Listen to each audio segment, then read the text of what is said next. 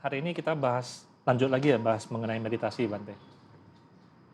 Nah, kemarin kan kita udah bahas kalau memulai meditasi ya mereka mulai aja. Kemudian sebelumnya juga kita udah bahas bagi yang sudah bersemangat untuk berlatih ya tinggal lanjutkan aja gitu. Nah, kita bicara tentang orang yang berlatih itu dulu, Bante ya. Dalam prosesnya kan dia akan mengalami berbagai hal lah. Apakah hal itu menyenangkan atau tidak menyenangkan. Nah, pengalaman-pengalaman ini kan nggak semuanya positif ya. Banyak juga yang negatif gitu. Maksudnya dia merasa kok latihannya tidak berkembang atau hambatan-hambatan lain lah gitu. Nah, orang-orang seperti ini dalam keadaan seperti itu, misalnya kalau kami dalam keadaan seperti itu, pandangan Bante seperti apa? Apa yang baik untuk dilakukan gitu? Begini, jadi meditasi ini ya kita harus pahami ya, ini konten kita ini tetap ya satu fokus adalah kesadaran, ya. Bukan kita yang lain ya. Jadi kenapa orang saat meditasi itu sering ada gangguan ya, gangguan. Ini bisa membuat mereka tuh ya kadang-kadang malah berhenti, tidak melakukan meditasi lagi ya. Jadi di sini Bante tawarkan ya satu cara ya. Ini cara ini memang mungkin ya tidak sejalan dengan apa yang disebut dengan kesadaran ya. Ya, cara ini disebut melatih kebiasaan. Ya. Melatih kebiasaan itu memang mainnya di bawah alam sadar. Ya. Nah, jadi bagi pemula mereka harus membiasakan diri dulu, setting diri mereka untuk biasa dulu ya. Karena kalau kita langsung paksa mereka sadar ya, bisa saja mereka kecapean, kelelahan ataupun tekanannya tinggi lah. Ya. Akhirnya mereka merasa ini tidak benar ya. Pikiran kan begitu ya. Ini tidak benar ya. Hidup aku malah nggak bahagia gitu.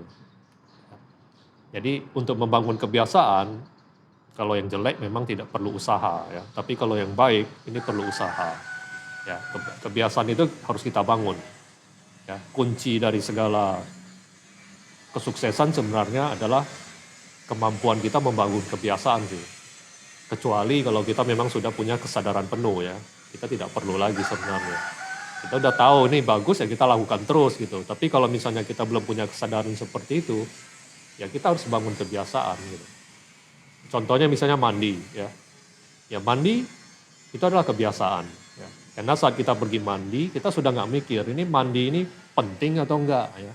Mandi ini nanti caranya gimana, saya harus bagaimana gitu. Kita nggak pikir lagi masuk mandi ya mandi aja gitu. Ya. Ini kebiasaan. Sama seperti saat kita pakai celana ya. Kita nggak pikir saya mesti masukin kaki kiri dulu atau kaki kanan ya. Kita lakukan ya lakukan. Ini udah kebiasaan. Dan kebiasaan ini tidak membuat kita tersiksa, nggak membuat kita terbebani. Ya. Jadi kalau misalnya Anda punya masih banyak masalah ya dalam meditasi, pertama yang harus Anda bangun adalah kebiasaan. Sampai Anda melakukan meditasi itu seperti mandi gitu loh. Tidak ada paksaan, ya kan? Malah nanti kalau Anda nggak melakukan kayaknya ada yang aneh gitu ya. Kayak Anda kalau tidak mandi, gimana perasaannya gitu ya. Ya ini mainnya di kebiasaan gitu. Ya. Bagaimana membentuk kebiasaan? Ya kebiasaan itu kita bentuk itu ya dengan cara kita mengulang dan mengulang sampai satu titik kita tidak berpikir lagi gitu. Yang tadi kan terpengaruh oleh pikiran masih terpengaruh perasaan ya. Ini enak nggak enak, ini benar atau nggak benar ya. Atau kita berpikir ini itu ya. Itu sebenarnya kita masih jauh dari namanya berlatih kesadaran ya. Kalau kita udah sadar itu harusnya kita bisa berhenti dong untuk hal-hal yang istilahnya tidak bermanfaat lah. Itu kan sebenarnya menghabiskan energi kita, berpikir hal-hal yang misalnya tidak menuju kepada fokus kita ya, tujuan kita sebenarnya, tujuan kita ingin apa, pikirannya kemana-mana ya, tujuan kita apa, perasaannya kemana-mana ya. Jadi kebiasaan ini adalah kunci ya, terutama untuk anak-anak ya. Ada orang bilang anak-anak susah. Tidak ya. Bante sudah pernah praktek untuk anak-anak ya 2 tahun dan setiap hari mereka lakukan ya. 15 menit walaupun 15 menit ya. Setiap hari ya. Kadang-kadang setengah jam ya. Ya jadi tidak ada istilahnya itu sulit ya. Seperti Bante sudah bahas kemarin, tidak ada yang sulit. Ya, ini masalah kita sudah lakukan atau belum ya. Jadi kalau kebiasaan ini sudah terbentuk ya, kita tidak bisa bilang kebiasaan baik itu dibentuk dengan cepat. Kita harus sabar ya. Karena kebiasaannya dimulai itu sangat sulit ya. Di tengah-tengah itu berantakan ya, biasanya seperti itu. Tapi ini akan berakhir dengan sangat indah ya. Misalnya Anda punya kebiasaan olahraga ya. Ya, mungkin di awal-awal itu agak sulit ya. Pertengahan mungkin berantakan. Tadinya rajin, mungkin tidak rajin. Tapi kalau Anda lakukan terus, ya, jadi kebiasaan misalnya lari pagi misalnya, ya, atau olahraga senam, ya, atau apapun itu, ya, yang baik ya, misalnya baca buku, ya, itu akan menjadi satu hal yang sangat indah nantinya. Ya. Jadi para biku pun kami pada awalnya dibentuk kebiasaan sih, tanpa kami sadari ya. Kami harus bangun pagi, ya. Kami harus olahraga juga dengan istilahnya seperti menyapu, ya, bersih-bersih wihara, ya. Terus kami berjalan, ya, jarak yang cukup jauh, ya. Ini olahraga juga, ya. Itu semua kebiasaan baik. Bangun pagi, ya, bekerja, ya, istilahnya kita juga olahraga, ya. Demikian juga kalau untuk kebajikan, untuk kita juga di awal-awal juga kebiasaan sih sebenarnya. Kita biasakan aja, walaupun kita nggak enjoy di awal ya. Ngapain ya, kita sibuk misalnya ke panti jompo atau bagi-bagi makanan seperti nggak ada kerjaan gitu ya. Tapi kalau kita lakukan terus, kita jadi kebiasaan ya. Ya. Itu akan terbentuk ya, satu kebiasaan kita untuk berbagi ya. Jadi jangan ikuti gitu loh, ikuti perasaan Anda ya. Selama ini yang Anda ikuti kan perasaan tuh, wah ini nggak benar nih, atau Anda berpikir ya ini nggak benar atau apa, ikutin gitu ya. Padahal Anda tahu ini kalau dilakukan ya, rata-rata orang bilang kalau meditasi dilakukan itu kan bagus ya. Tapi kenapa mereka tidak lakukan? Karena mereka mungkin lakukan sekali 2 kali, tapi mereka nggak sampai jadikan satu kebiasaan ya. Nah kalau nanti kebiasaan sudah terbentuk, masalah itu sebenarnya udah selesai itu. Ya, sama seperti Anda pergi mandi ya. Tidak ada masalah lagi dengan mandi gitu loh. Ya, apa masalahnya dengan mandi? Ya, itu aja. Nah, kalau dalam meditasi itu, misalnya setelah kita membentuk satu kebiasaan gitu, terus kita berlatih, kadang-kadang kita merasa ini latihannya tidak berkembang nih, sepertinya ada yang salah nih. Nah, dalam keadaan seperti ini, apa anjuran Bante untuk menghadapinya? Ya, ini proses ya. Jadi saat kita meditasi itu pasti muncul seperti itu ya. Ya, pasti suatu saat, walaupun sekarang belum ya, karena mungkin kita pemula, kita masih mau sadari napas saja sudah sulit misalnya. Kita masih konsen untuk napas misalnya. Nanti suatu tahap kita sudah bisa melihat ya, misalnya saat kita meditasi jalan ya, kita akan tahu nih, oh cara jalan saya salah misalnya, harusnya demikian misalnya ya. Atau saat kita meditasi duduk ya, ini pikiran saya kemana-mana, ini salah misalnya ya, itu akan timbul ya. Inilah namanya proses ya. Saat kita melakukan, kita udah mulai nanti menemukan banyak hal yang seperti itu ya. Tapi pada awal-awal kita nggak usah terlalu pusing masalah itu. Kita latihan tetap ke napas saja ya. Napas, nanti kalau kita kesadaran kita udah bagus, itu kan Bante katakan pengetahuan akan muncul gitu ya. Kita mesti apa gitu ya. Walaupun kita tidak istilahnya tidak bisa langsung ya, ini kan prosesnya cukup lama ya. Kalau kita cari jalan sendiri seperti kita di hutan gitu ya, kita harus tebas buka jalan sendiri gitu. Tetapi kalau misalnya kita ingin yang jalan sudah setapak yang sudah dibuka ya, kita buka sutta. Ya, sutta banyak membahas ya. Sutta itu adalah khotbah-khotbahnya Sang Buddha ya, ajaran Sang Buddha yang beliau sharing kepada kita semua ya. Jadi sana kita bisa cari sih sebenarnya. Nanti kalau misalnya kita bermasalah dengan pikiran, kita bisa cari tentang pikiran. Nanti kalau ada masalah dengan perasaan, kita bisa cari tentang perasaan ya. Jadi kalau misalnya bermasalah dengan keserakahan atau apa yang lain lah ya, itu tetap ada di sana. Ya. Cuma kita rajin-rajin aja cari ya, di sana ada. Gitu. Ya seperti itu ya. Kapan kita perlu bimbingan guru itu, Bante? Maksudnya dalam berlatih meditasi itu, apakah itu sebuah keharusan? Ya guru kemarin sudah Bante sampaikan ya, guru kita butuh ya guru ya pembimbing, tetapi kita tidak asal cari guru ya, cari guru yang istilahnya memang membawa kita tuh ada perkembangan ya. Dalam pelatihan kita ada perkembangan, kita bukan asal saja guru. Jadi bisa saja guru yang bagus untuk orang ini ya tidak cocok dengan orang itu. Ya. Masing-masing guru kan punya style masing-masing. Ya. Kalau dibilang butuh guru kapan ya, sebenarnya di awal-awal Anda butuh guru, ada beberapa pilihan ya guru ya. Pertama Anda bisa cari sendiri ya informasi, ya kan banyak sekarang di handphone Anda bisa cari ya. Buku juga termasuk guru ya. Buku-buku tuntunan cara-cara meditasi itu termasuk guru ya. Anda bisa cari orang yang biasa berlatih meditasi ya. Masukan ya. Ya, tapi pada ujung-ujungnya nanti akhir-akhirnya Anda juga kembali kepada diri Anda sendiri juga kok ya. Contohnya guru Buddha juga demikian ya. Beliau mencari guru yang terbaik ya. Saat itu yang terbaik.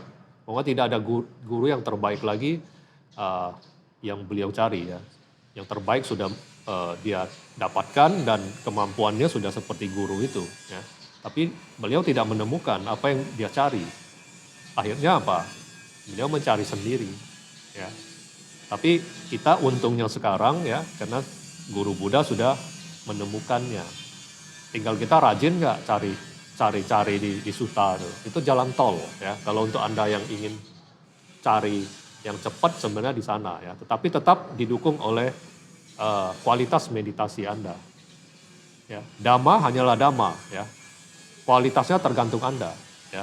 Kita bisa melihat bunga berkembang ya, bunga kembang itu bagi sebagian orang ya kembang saja, indah saja, tapi bagi sebagian orang mungkin adalah satu pencerahan ya.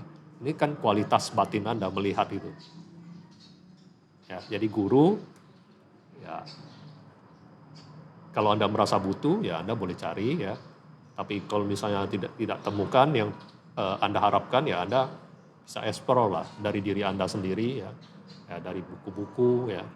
Karena guru yang terbaik bagi Bante sekarang adalah ya pertama adalah Buddha Gautama ya. Ya kemudian sekarang beliau berbentuk Dhamma ya. Jadi guru yang terbaik itu Dhamma ya. Dan ya semangat kita lah dalam berlatih itu ya, menemukan Dhamma itu guru yang terbaik sih. Nah kan kami ini kan banyak orang yang berlatih ini kan kadang-kadang juga berusaha untuk mencari informasi, Bante. Ya seperti menonton video ini kan, mencari informasi yang paling masif dan paling gampang diakses karena kan media sosial dan mungkin buku dan sebagainya ya, atau di tempat ibadah. Nah, bagaimana membedakan antara meditasi yang tadi Bante bicarakan mengenai kesadaran itu dengan meditasi-meditasi yang ada gitu. Karena kadang-kadang kita juga jadi bingung mengikuti yang mana gitu. Nah, pandangan Bante seperti apa ya tentang ini? Ya, mengenai meditasi yang sekarang beredar ya, tidak sepenuhnya ya salah ya. Tapi kita harus cerdas di sini.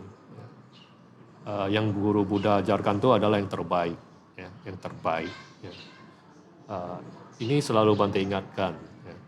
Karena banyak sekali masih mengutamakan duniawi gitu loh, ya. Itu sama aja Anda sekolah gitu, ya. Sekolah ya duniawi juga gitu ya. Sedangkan ini spiritual, ya. Ada nilai plusnya di sini, ya. Bukan hanya untuk kehidupan sekarang, tapi setelah ini. Ya. Jadi saat kita belajar meditasi, kita harus paham dulu ya. Meditasi ini bukan berarti untuk keluar dari masalah ya. Itu bisa digunakan ya, itu sah-sah saja ya, keluar dari masalah. Cuma yang terpenting adalah saat kita meditasi ya, kesadaran kita muncul ya, pengetahuan akan semakin banyak ya, kebijaksanaan kita naik. Nah, ini akan membuat hidup kita sebenarnya jadi aman sejahtera gitu ya, dalam kehidupan sekarang ya. Anda jadi sejahtera, pokoknya Anda bahagia ya, dan setelah kehidupan ini Anda juga mencapai kebahagiaan ya. Jadi tujuan itu ya, tujuan inilah yang sebenarnya yang disampaikan Sang Buddha ya.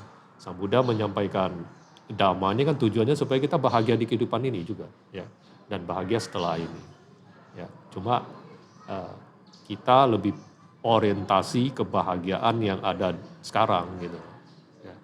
Sedangkan ini duniawi ya. Misalnya kesehatan ya, kesehatan Anda meditasi untuk kesehatan ya, itu sah-sah saja ya. Itu akan mendukung kehidupan Anda sekarang ya, dan akan mendukung pelatihan Anda. Cuma kalau tujuan hanya untuk kesehatan ya, berarti Anda cuma sampai di sana ya. Sedangkan tujuan dari kita adalah lebih tinggi dari itu ya. Jadi kalau misalnya Anda ingin yang komplit ya, yang terbaik ya, kesadaran ya, kesadaran.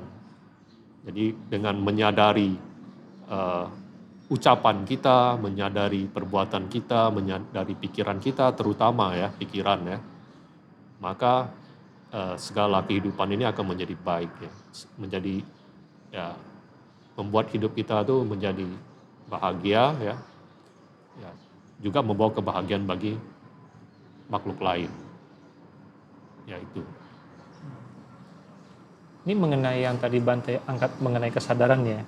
Mungkin hal yang paling sering terdengar itu ada kebingungan antara ketenangan dan kesadaran itu Bante.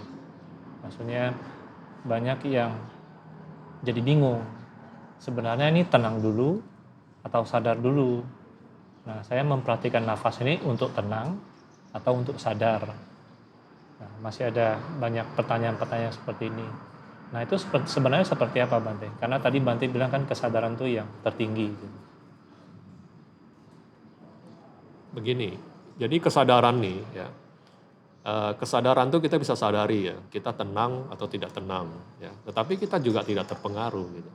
Tapi kalau ketenangan tuh kan kita cenderung ada keserakahan ya. Jadi kalau kita merasa tenang, kita merasa itu udah benar ya, kita melekat ya. Sedangkan hidup itu kita tidak selalu tenang ya. Malah kalau kita jujur, kita malah kebanyakan tidak tenang ya. Sedangkan kalau kita punya kesadaran, ya kita tidak terpengaruh dengan hal itu. Tapi kalau kita yang harap tenang, nanti kita kelihatannya aneh gitu. Ya, kehidupan kita aneh gitu. Kita suka menyendiri, ya, tidak terlalu banyak mau ini itu gitu. Maksudnya kita harusnya berinteraksi sama orang juga kita akhirnya tidak gitu misalnya ya. Ya kalau untuk seorang biku itu tidak aneh, tapi kalau untuk umat awam kan aneh. Ya, ini aneh gitu. Itu gaya hidup petapa. Karena itu memang mendukung pelatihan, maksudnya kita sendiri kita lebih bisa fokus ya. Tapi kalau kehidupan umat awam ini akan aneh gitu. Tapi kalau mereka tidak terlalu fokus ketenangan ya, mereka lebih oriented kesadaran ya, dia akan dapat dua-duanya gitu. Karena kalau kita sadar, kita cenderung tenang juga kok.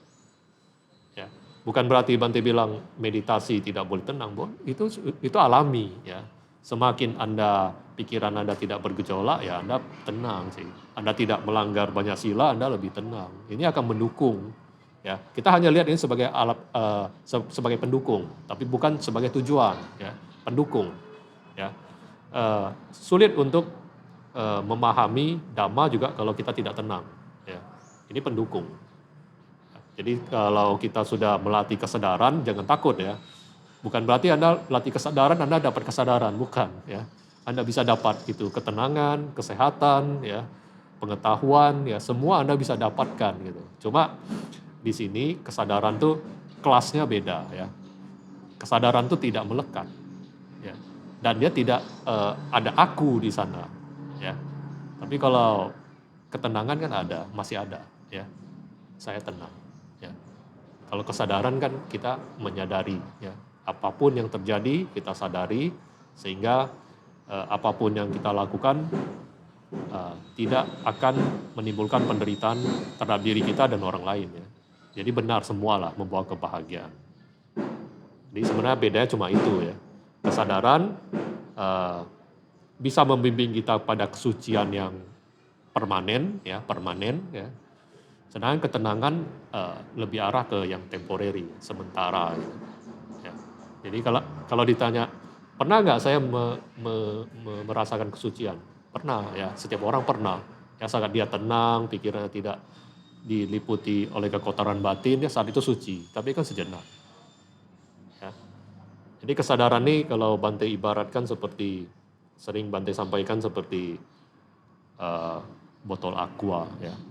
Yang air mineral, ya, di dalam botol, ya. Nah, ini kalau kita masukin sedikit lumpur ke dalamnya, dia akan keruh waktu kita kocok, ya. Kita aduk-aduk gitu, dia akan keruh.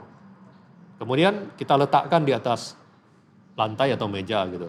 Lama-lama dia akan turun, kan. Lumpur nih, ya. Ya, dia akan turun dan mengendap, ya. Kalau Anda yang punya akuarium pasti tahu lah, ya. Dan airnya menjadi jernih. Ya, airnya menjadi jernih. Inilah Bante ibaratkan sebagai ketenangan, ya. Tetapi kalau misalnya nanti tergoncang lagi, dia akan keruh lagi. Ya, itu untuk ketenangan. Bante ibaratkan seperti itu. Kalau untuk kesadaran, ya dia seperti itu, ya. Airnya turun, dia tahu ini tenang, ya. Dia sudah tenang, tapi dia tahu di bawah tuh masih ada kotoran, ya. Dengan kesadaran dia bisa mengikis kekotoran itu sampai akhirnya kekotoran yang mengendap itu hilang, ya. Dengan penuh kesadaran dia bisa mengikisnya, ya. Nah, kebijaksanaannya, pengetahuannya, ya. Nah, setelah kotoran itu hilang, ini air di dalam botol, ya, mineral dalam botol diaduk seperti apapun dia tetap akan bersih. Nah, itu bedanya, ya. Yang bisa Bante gambarkan seperti itu. Kalau kita punya kesadaran sama ketenangan seperti itu, ya. Ketenangan masih ada kecenderungan akan bergejolak gitu. Tapi kalau kesadaran dia tahu, ya. Nah, dia dalam keadaan tidak tenang dan dia berusaha untuk bersihkan sampai satu titik benar-benar bersih, ya. Diaduk bagaimanapun dia tetap bersih. Itulah kesucian yang sejati, ya, yang abadinya itu seperti itu. Nah, kalau misalnya setelah berlatih tadi Bante, terus sebagian dari kami ini sudah merasakan manfaatnya lah. Terus pernah terdengar juga ada semangat, sebenarnya ini kita tahu ini satu hal yang baik untuk dilakukan, latihan ini bermanfaat gitu. Terus kita kan juga bergaul dengan orang lain, ya. Terus kita pingin juga orang lain mengetahui tentang hal ini. Tapi kita ini umat gitu Bante, maksudnya, dan kita melihat, oh pengetahuan saya ini masih dangkal sekali gitu. Tapi saya ingin berbagi gitu. Nah, untuk sebagian dari kami yang seperti ini, Bante ada nasihat nggak mengenai hal ini? Karena terus terang kadang-kadang juga ada rasa sungkan atau takut atau merasa ini bukan tugasnya kami lah. Ini para biku lah yang berbicara tentang ini. Nah, Bante ada pandangan tentang ini? Nah, kalau masalah ini, ya, kita harus set dulu pikiran kita, ya. Ya, Bante pribadi lah, walaupun berjubah, ya, Bante juga set pikirannya bahwa saya bukan penyebar agama, ya. Bukan itu, ya. Kita bukan penyebar agama, ya. Kita bukan istilahnya mau doktrin orang, ya, ingin orang masuk keyakinan kita gitu, ya. Bante tidak oriented ke sana, ya. Tapi yang kita sharing itu adalah sesuatu yang bermanfaat. Ya, di sini kan kita tahu nih, kita kalau sudah meditasi ini nggak ada kaitannya dengan agama, ya. Meditasi ini kaitannya antara diri kita, ya, nah, diri kita sendiri gitu. Ya, nanti kalau Anda mau kaitkan dengan hal-hal lain, ya itu terserah, ya. Tapi ini tentang diri kita, ya. Selama ini yang kita urus kan jasmani, ya. Anda rajin, ya, rajin tiap hari mandi, ya. Coba bayangkan kalau bisa seminggu tidak mandi, bau nggak badan? Enak nggak hidup Anda? Bayangkan kalau bisa sebulan, setahun, 3 tahun, 10 tahun, 15 tahun nggak mandi, apa yang terasa? Itu fisik loh, ya, fisik itu tubuh kita. Ya. Tidak ada orang suka dekat-dekat sama orang gila yang tidak mandi, ya. Nah, sekarang banyak sekali orang bermasalah, ya, selalu mengatakan walaupun ya kehidupannya kalau kita lihat semuanya ada, ya, berada, tapi dia mengatakan hidup saya tidak bahagia. Ini problemnya di mana? Ya, problemnya di dalam, ya, dalam dirinya tuh tidak bersih, makanya dia tidak nyaman. Ya. Nah, dengan meditasi kita membersihkan yang di dalam, ya, membersihkan di dalam. Nah, orang-orang yang sudah berlatih ini kan dia akan merasakan, ya, kalau dia sudah meditasi kan kekotoran-kekotoran batin dia dia bersihkan, ya, dia bersihkan, dia akan merasa hidupnya lebih nyaman. Ya. Kemudian kan ada muncul rasa ingin berbagi. Ya, ini kan sesuatu yang alami. Ya. Kalau kita berpikir biku sajalah, biku paling ngerti, nah, itu pengertian yang salah juga gitu. Ya. Kenapa? Pertama, seorang biku itu bisa berapa banyak dia berhubungan sama orang. Ya. Sedangkan seorang biku kan lebih banyak di wihara, ya. Yang ditemui juga orangnya itu juga, yang datang ke wihara orang-orangnya itu juga gitu. Ya. Dan orang-orang itu tentu udah tahu meditasi gitu misalnya. Ya. Sedangkan umat dia bebas kemana saja. Ya, dia bisa bertemu dengan siapa saja, tidak hanya ruang lingkup yang orang wihara saja, ya, siapa saja. Dan dia tahu ini bermanfaat, kan? Ini bermanfaat gitu untuk diri dia bermanfaat. Nah, kenapa dia mesti memotivasi orang lain untuk seperti itu? Kita diajarkan berbagi, ya kan? Selain berbagi kita juga diajarkan untuk membuat komunitas. Ya, kalau kita pelajari kayak Buddha Gautama, ya kita sebagai pedoman kita lah. Begitu beliau mencapai pencerahan, apa yang dilakukan? Berbagi. Ya, setelah itu apa? Dia membentuk komunitas. Ya, kenapa? Ini sangat penting. Ya, apalagi untuk pemula-pemula, mereka nggak ada komunitas, ya, tidak ada lingkungan-lingkungan yang sejalan dengan dia akan mudah dipengaruhi yang lain. Ya. Jadi saat kita merasa walaupun sebagai umat, ya, jadi jangan berpikir saya kurang pintar, ya, saya tidak pantas. Itu pemikiran yang meremehkan diri sendiri sebenarnya, ya. Kita bukan sebagai guru, ya, kita bukan sebagai pembimbing. Ini harus dicamkan dalam pikiran, ya. Bhante sendiri juga selalu berpikiran bahwa saya bukan pembimbing, ya, saya bukan guru, saya hanya orang yang memotivasi, ya. Saat saya sudah bisa melakukan ini, saya memotivasi orang lain untuk seperti ini, karena saya sudah merasakan manfaatnya. Itu yang Bhante tanamkan dalam pikiran, ya. Kalau kita tanam pikiran tentang kita itu adalah pembimbing, ya, kita yang ngajari, itu nanti akan muncul ego atau kesombongan juga nanti. Ya, kita merasa lebih ngerti dari mereka. Enggak, ya. Masing-masing orang itu sebenarnya punya pengetahuan sendiri-sendiri, ya. Kita kadang-kadang cuma ingati aja, dia lupa. Ya, dia lupa, kita ingati lagi, ya. Jadi saat kita merasa manfaat meditasi ini sudah kita terima, yang kita pikirkan adalah ini bisa kita sharing ke orang-orang yang kita cintai gitu loh, ya. Anak kita, saudara kita, teman kita, yang dekat-dekat dulu, ya. Nah, kita bisa motivasi mereka dengan satu syarat, ya. Hidup kita memang udah berubah lebih baik, ya. Jangan sampai kita meditasi tapi kita malah semakin tidak disukai gitu. Ya. Ini yang orang tidak terpengaruh gitu, ya. Tapi kalau kita sudah meditasi, orang lihat kehidupan kita kok semakin bagus, ya. Karakter kita semakin baik, ya. Orang semakin senang gitu kan. Nah, itu nanti mereka akan tertarik. Apa yang kita katakan itu mereka bisa terima, ya. Nah, kita mulai dari orang-orang dekat dulu. Jangan istilah kita pikir percuma lah ngomong sama dia gitu. Ya. Karena orang itu selalu berubah-berubah gitu. Mungkin saat ini dia tidak bisa terima, ya. Di saat lain dia bisa terima gitu. Jadi tidak perlu kita pesimis dulu, ya, ataupun merasa saya tidak mampu, saya tidak pantas, ya. Ataupun nanti takutnya malah membuat hidup orang jadi tidak benar gitu, karena mungkin cara saya salah gitu. Itu karena kita orientasinya membimbing. Kita bukan seperti itu, ya. Kita motivasi dia bahwa meditasi ini seperti ini loh, ya.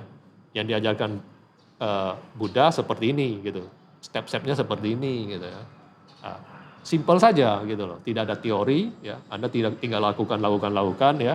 Nanti kalau misalnya ada masalah boleh diskusi sama saya misalnya. Jadi kalau misalnya saya tidak bisa kasih penjelasan yang lebih bagus, nanti cari yang lebih lagi ya, bisa cari seorang meditator atau cari seorang biku ya, atau seorang yang sudah biasa meditasi lah ya, petapa atau apa yang maksudnya kualitasnya sudah ada gitu. Ini nggak masalah ya. Tapi intinya saat kita meditasi ya, kita harus benar-benar paham yang tadi Bante sampaikan ya. Kita melatih kesadaran ya, bukan yang lain gitu. Tapi kalau misalnya Anda mau latih dari yang lain juga ya silakan ya. Tapi kalau Anda orientasi kesadaran ya Anda mendapatkan semua. Ya, itu aja. Bante ada mau ditambahkan lagi? Ya, kalau tentang meditasi sih sebenarnya lebih enak dijalankan sih sebenarnya. Kita bicarakan ini sebenarnya lebih arahnya ke motivasi orang. Ya, ini Bante juga alami ya. Bante bertemu sama biku-biku yang berlatih di hutan ya. Mereka tidak terlalu banyak bicara masalah teknis ya. Meditasi kamu salah ya. Kamu harusnya berdemikian, nggak pernah seperti itu gitu.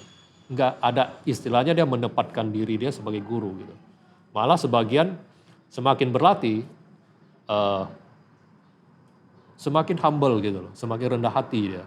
Malah kadang-kadang ditanya, saya tidak tahu gitu, tidak paham masalah ini gitu. Padahal kalau kita lihat kehidupannya itu sudah meditatif semua gitu. Cara dia bicara, cara dia jalan, cara dia makan, ya kan. Semualah udah istilahnya penuh dengan kebahagiaan lah, tanpa ada beban ya. Kita dekat-dekat dia sudah bahagia gitu. Ya, yang tadinya stres, kita dekat dia sudah bahagia. Nah, yang dia bahas paling tadi udah meditasi belum? Ya. Cuaca hari ini bagus loh untuk meditasi. Ya, seperti itu ya. Maksudnya motivasi gitu loh. Jangan terlalu banyak makan misalnya, nanti bisa bikin kamu malas gitu. Ya. Hal-hal yang istilahnya lebih arah-arah seperti motivasi gitu. Bukan menggurui ya, lebih pertemanan gitu ya. Pertemanan dan mereka ingin kita tuh maju gitu ya, ingin merasakan apa yang mereka rasakan itu, tapi mereka tidak seperti mengajari ya, tapi memotivasi gitu. Ya, jadi kalau misalnya Anda sekarang ya ingin memotivasi orang lain ya, cobalah ya Anda bangun dulu itu ya, setidaknya satu hal yang harus Anda bangun, yaitu orang yang Anda ingin motivasi dia merasa kamu peduli sama dia ya. Kalau itu mereka rasakan itu bisa masuk. Tapi kalau mereka tidak merasakan kamu peduli sama dia, ya sulit untuk memotivasi orang itu. Ya, itu yang bisa Bante sampaikan.